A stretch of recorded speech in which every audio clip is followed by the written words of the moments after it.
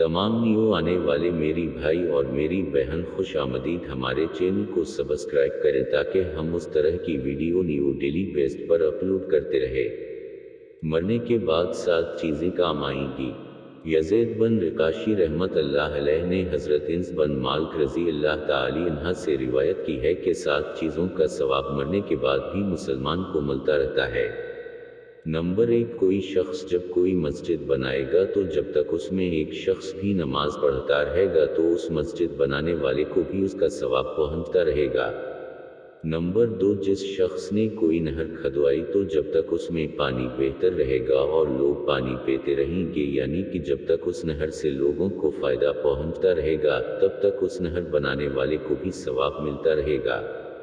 Number 3, जो कोई शख्स कुरान मजीद लिखेगा तो जब तक लोग उसके लिखे हुए कुरान मजीद को पढ़ते रहेंगे तो उसको भी सवाब मिलता रहेगा।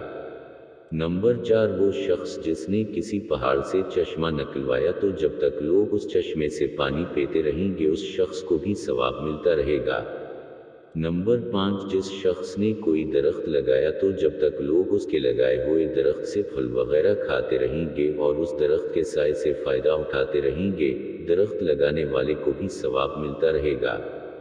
नंबर 6, जो शख्स महज अल्लाह की रज़ा की खातिर लोगों को दीन का इल्म सिखाएगा तो जब तक लोग उसके सिखाए हुए इल्म पर अमल करते रहेंगे तो ये शख्स भी सवाब पाता रहेगा।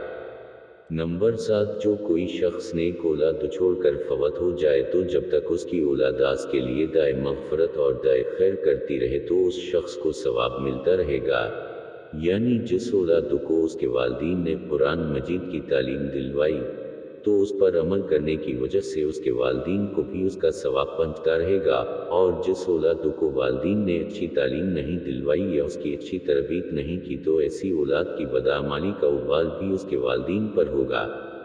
हमारे यूट्यूब चैनल में आपको तमाम मालूमाती वीडियो फ्राहम की जाएगी।